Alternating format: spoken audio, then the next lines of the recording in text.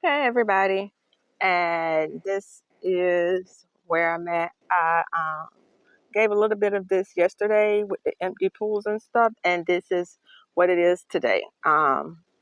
This is my husband's part.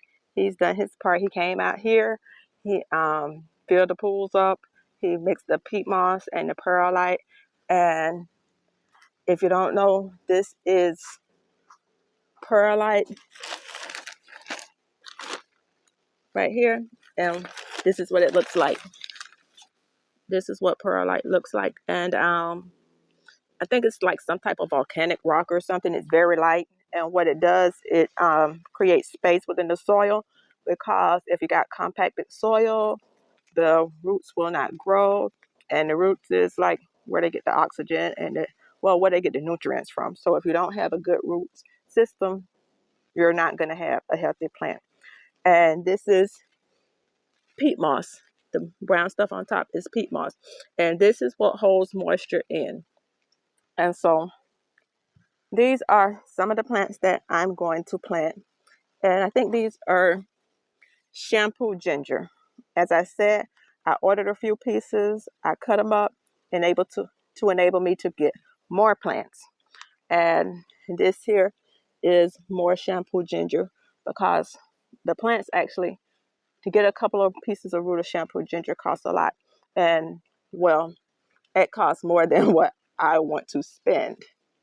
I think I got like 3 or 4 pieces for 20 or 30 bucks. But now I took those pieces, cut them up where they had a node, and now I'm going to get multiple plants. And what I'm going to do is I'm propagating this because my land is not ready to plant in. But so when I come back to plant and it's clear, I'll have enough stock to plant. And this here, right here on the side of this shampoo ginger is ginger, regular ginger, what you cook with. And a lot of people will say store-bought ginger doesn't grow, and that's not true. If you put it to the side, you will begin to see the nodes come out. And me personally, I just soak mine in some peroxide. I just think it helps. I think I read it somewhere. It may or may not, but that is what I do. And I just let it sit up and begin to sprout. And then I cut those sprouts and then I plant them. So I'm going to plant them in these, and then I'm going to dress it with cypress mulch. And the cypress mulch is good, but I do like to top dress the cypress mulch with pine bark mulch, because sometimes with the sun and you don't create a deep enough layer of cypress mulch, it'll dry out, and the pine bark mulch tends to be bigger and it creates some shade to keep the cypress mulch. Now, other people may have their own theories about it, but that's my process. So now I'm going to do my part. Hubby did his part. Time for me to do my part. I just emptied out a pot, and this is what it looks like. As you can see, this was one piece of the ginger that I cut off to root. It's falling off now, but that's okay because it still has a piece under here to continue to grow. And I can take this piece right here. This is, let me see, right here, this part right here is the node that I was talking about. And it has one here, one there. And so I can take this piece and use it to propagate another plant. And as you can see, it also has roots forming. So I'm going to go through this here, and I'm going to plant this out in pots, hoping to grow more and propagate more ginger plants. And this is shampoo ginger. Shampoo ginger, never grown it before. I learned about it through YouTube University. And what it will do is it will develop a cone, and that cone will collect water, and it will secrete a substance that they say can be used as shampoo, soap, or conditioner. I do have a cone on the front, which I will take a picture of and attach it to this video. I recognize that My flash is low, but I wanted to show you the difference between turmeric and the shampoo ginger. This here is turmeric, and a lot of times I would get them confused, but this is the shampoo ginger. And turmeric grows up like this, and this is not what I planted earlier, but I'm going to plant some turmeric in these pots also. This turmeric right here I got from the Hispanic store. I bought a tray of turmeric. I think it was maybe no more than $2, probably like 164 or something. And from that, I soaked it in peroxide, let it start rooting, and then I just threw it in a pot, covered it with soil, and covered it with a little bit of mulch, and kept it watered to see what it do. And looking every day, you won't see anything, but eventually I looked around and I had a pot of turmeric plants. So now I'm going to plant these out. I have emptied my bucket, and this is what's in there.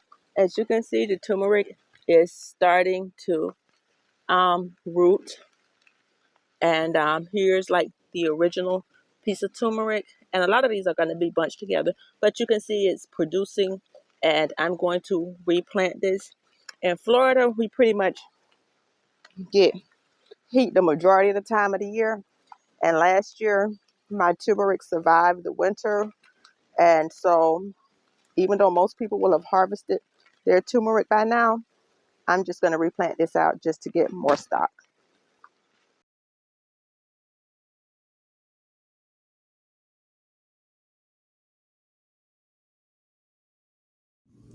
This is some of the stuff I potted up. As you can see, my ginger and my turmeric has grown together. This is turmeric, this is ginger. I'm going to separate them out so I can get a couple of individual plants and start planting.